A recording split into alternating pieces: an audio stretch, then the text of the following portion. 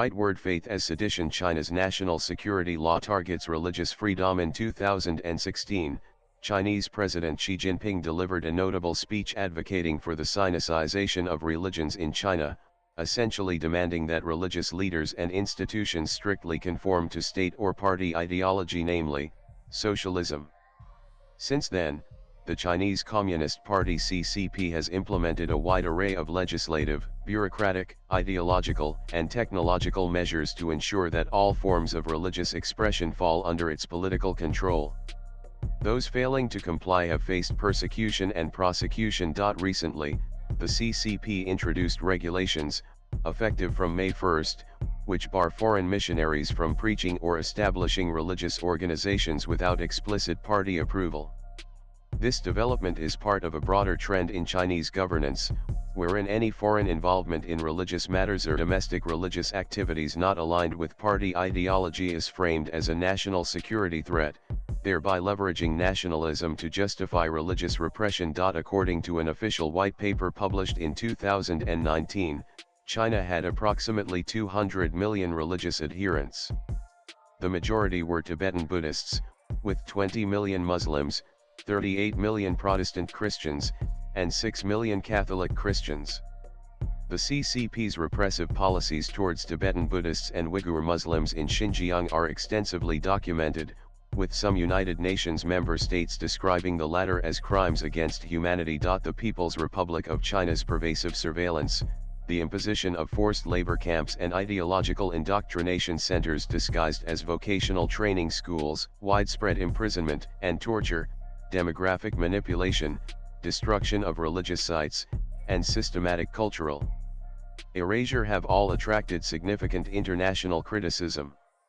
Nevertheless, what is often overlooked by global human rights organizations is the more subtle deployment of legal mechanisms by the state to undermine and criminalize independent religious practices, all under the pretext of nationalist rhetoric. Article 36 of China's constitution guarantees citizens the right to freedom of religious belief, yet it tempers this by specifying that the state will safeguard only normal religious activities and will not permit foreign forces to exert influence over religious affairs. In 2015, the government enacted the National Security Law (NSL), similarly ambiguous in its language, which covered a broad spectrum of areas and required officials, corporations, organizations, and private individuals to collaborate with the CCP on national security issues.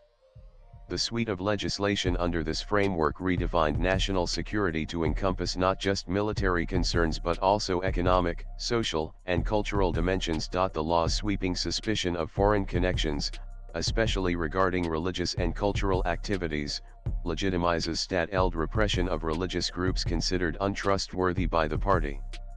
This security-ist approach, which interprets genuine spiritual beliefs and associations as acts of political subversion, poses a significant threat to communities such as Christian churches often dependent on international networks for guidance and support, and the Uyghurs, whose spiritual and cultural links to Central Asia span centuries. A series of directives issued since the NSL's adoption in 2015 and Xi Jinping's advocacy for the Sinicization of religion have institutionalized rigorous and closely monitored adherence of religious practices to CCP doctrine. Significantly, in 2018, the National People's Congress and the Chinese People's Political Consultative Conference (CPPCC) consolidated the oversight of several agencies responsible for religious affairs into more centralist entities. For example, the Three Self-Patriotic Movement, the China Christian Council, and the State Administration for Religious Affairs, which had previously somewhat mitigated the state's absolute control over Christian activities, were placed under the authority of the United Front Work Department. In 2020, the national security law was extended to Hong Kong, a region previously insulated from the CCP's Sinicization policies due to the protections afforded by the Basic Law and the One Country, Two Systems framework. Over the subsequent 5 years, Hong Kong has experienced a concerted suppression of independent religious activities, including the raiding of churches, harassment of clergy, and the seizure of religious materials. The year the legislation was imposed on Hong Kong, authorities targeted the Good Neighbor North District Church for its support of pro-democracy demonstrators, conducting a raid and freezing the bank accounts of the church's charitable arm, its pastor, and his spouse. Likewise, in 2022, Catholic Bishop Emeritus Cardinal Joseph Zen was detained under the national security law, accused of collusion with foreign forces due to his role as trustee of the 612 Humanitarian Relief Fund. This fund provided financial assistance for the legal and medical needs of individuals involved in the widespread 2019 pro-democracy protests in Hong Kong. Cardinal Zen had also openly criticized a 2018 agreement between the Vatican and China, which purportedly allows the Pope to select bishops for China's Roman Catholic churches from a list proposed by Chinese authorities. Additionally, as a result of the pressure exerted by the national security law, many churches in Hong Kong discontinued the annual memorial mass for those killed during the post-Tiananmen Square crackdown in 1989. The Chinese Communist Party's anxiety regarding autonomous religious activities is closely linked to the emergence of a politically reformist segment within society, which has gradually expanded since Deng Xiaoping initiated economic liberalization. As China embraced foreign investment and market-driven principles, a growing number of Chinese workers, entrepreneurs, academics, and students who studied overseas began to adopt alternative perspectives and challenge the CCP's ideological dominance. Religion, serving both as a vehicle for mass mobilization and as a symbol of the party's pervasive control over Chinese society, inevitably mirrored these shifts. Consequently, the CCP came to perceive religion as a fundamental threat requiring immediate containment. As a result, the party's campaign to sinicize religion, enforced through a combination of legal administrative mechanisms and rhetoric equating faith with subversion and external interference, has transformed religious practice into a demonstration of allegiance to the state rather than a matter of personal conviction.